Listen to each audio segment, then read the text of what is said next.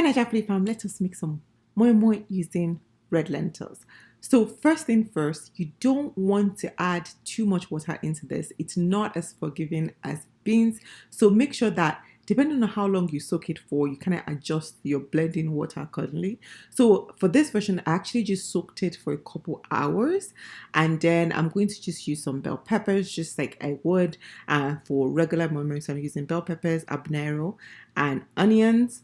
And I'm just chopping that up just to make it easier on the blender.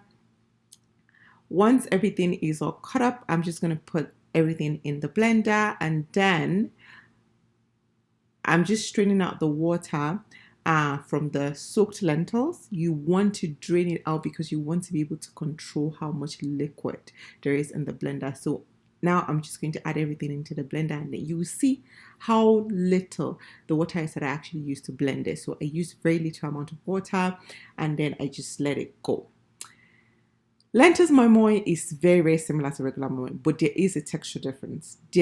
I'm not going to lie and tell you it's 100% the same. There is a noticeable texture difference, but this still works. This is still better than peeling beans. So I usually add egg to my moi moi. You do not have to do that. I like the texture with egg. So I added 1 egg, a little bit of palm oil, seasoning that I had pre-mixed with water, and now I'm just going to mix. If you don't have a mixer, you can use your blender, you can use and whisk, you can use and mixer, but I have this, so that's what I typically would use to whip some hair into my moi moi.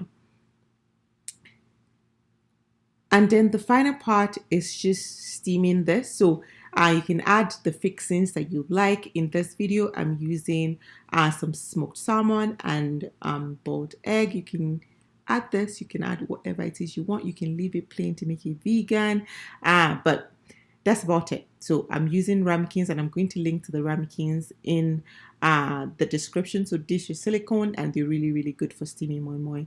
And then I'm just going to put it in a steamer. I typically would steam, depending on the size, for about 45 minutes.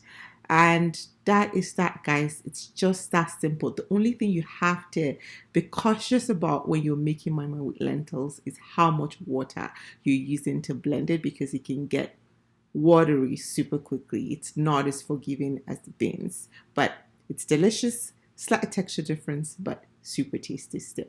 Enjoy.